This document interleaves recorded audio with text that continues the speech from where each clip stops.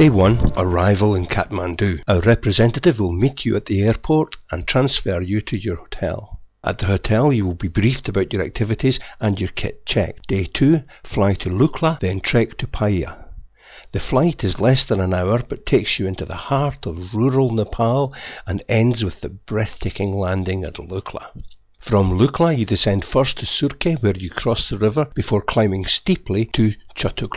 From there it is another hour of undulating flat to Paia and your first lodge on this trek. Day 3, Paia to Pangomla. The day starts with a sharp descent through mainly cultivated hillsides till you reach the wooden bridge where you cross the Piakola River. Another tough climb brings you back up to Kerry, from where you traverse on typical Nepali flat for most of the afternoon before you reach the Sherpa village of Pangomla. Day 4, Pangomla to Ningbo. A very typical Nepali flat day today, with lots and lots of short but steep ups and downs as you travel around the foot of the Zatwa Massif, finally arriving at your first campsite at Ningbo. Day 5, Ningbo to the bamboo camp.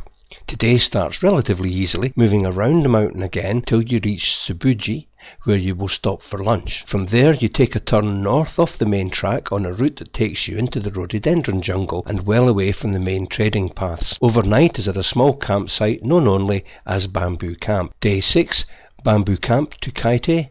From Bamboo Camp you continue trekking through the jungle, always going up or down and quite steeply passing through the village of Tashing Omma before finally dropping down to meet the Inku Kola at Mosam Karka. From here you continue to trek along the river before reaching the larger village of Courti and your next lodge. Already you are starting to get impressive views of the Mera peak at the head of the valley. Day 7, Kaite to Knack. The forest gives way to open valley again by mid-morning, revealing the peaks which line either side. The valley swings eastward into a new array of peaks, and as you approach Knack, the route up towards the Mera Glacier comes into view. Damage caused to the valley by the collapse of the glacial lake Sabai to Sho is all too apparent as you head up the river.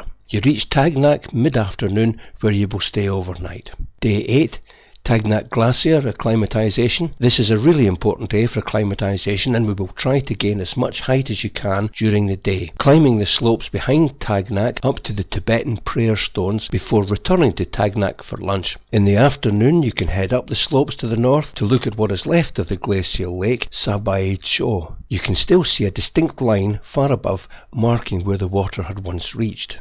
Day 9, Knack to Kerry. This morning's walk alongside the Dig Glacier is easy and relaxed. This is an excellent valley opening out views to the north of the Hinkunap Glacier and the line of peaks beyond. Only the last section up to your base camp at Kerry at 4,940 metres is steep. If time and energy allows, you should take an acclimatization walk up the grassy ridge immediately behind the village. This gives great views of the flattened ridge across the glacier, which you will ascend tomorrow, and south to Mera itself. Day 10, Ridge Ascent from Hinku Nup. Today you gain more valuable acclimatization and pick up some stunning views as well. Following the lateral moraine of the Hinku Nup Glacier into an arena of peaks and glacial lakes, you turn to ascend a grassy ridge that rises back to the south. At the top you eat your lunch surrounded by a stunning panorama of peaks, including Mera itself and the whole of Hinku Himal and the south face of Amadablam. In the afternoon you will learn the principles of roping up for glacier travel. Day 11, Kerry to Mera. You return to the glacier today, and this time follow it round in a wide arc, keeping close under the northern flank where there are no crevasses. Mera is a rounded snow col that bridges south to the main sweep of the Mera Glacier, coming down from the Mera Peak. Our camp for the night is just over the Mera Pass. Day 12 is a spare day for bad weather. Day 13, Mera to High Camp. Crampons on again for the start of the push to the summit. You climb back up the pass at Mera and then head up the glacier towards a rocky outcrop where we will set the most spectacular high camp. Clinging on to the edge of the mountain, the views from here are incredible. Kangchenjunga is visible to the east above the ridge of Changlang. The ice spire of Barents is left of Makalu. Between it and the beautiful peaks of Amadablam you will see Nuptse, Lhotse's south face and Lhotse Star.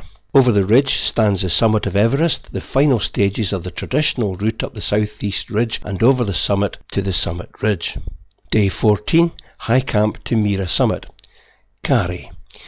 at 6,674 metres. You will be woken at about 2 a.m. with hot Sherpa tea and a high energy meal to start your summit ascent of Mera Peak. You start up the main glacier, crossing to the south side as you approach the snow humpback ridge. This part of the route is not technical, but 30-degree slopes are still tough. The slope steepens for a section behind the ridge, and then you swing diagonally westward. The summit comes back into view, and you're on the level summit ridge. At the foot of the final steep ascent, you will attach to a fixed rope laid by your guide and use your ice axe and a jumar to climb the final 30-metre 55-degree pitch to reach Mera Peak's summit. A spectacular panorama greets you with clear views over to Everest. Once you've had a chance to take this all in and congratulate yourself on an amazing achievement, you'll head back down to Kerry for a celebration. Day 15, Kerry to Knack. A short descent today, back to Knack. Day 16, Knack to Courti. A long walk back down the Aran Valley finally brings you to Courti again.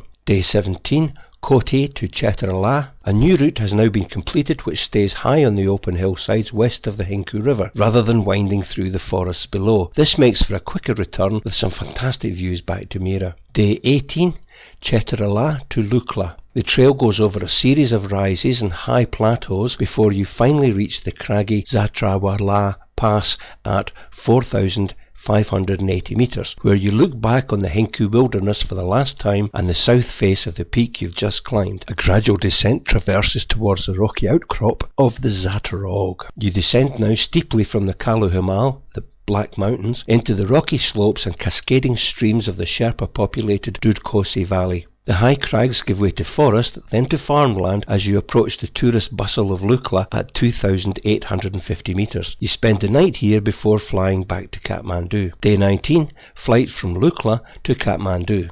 From Lukla you take an early morning flight to Katmandu. Day 20, depart Katmandu. A representative will take you to the airport for your flight home.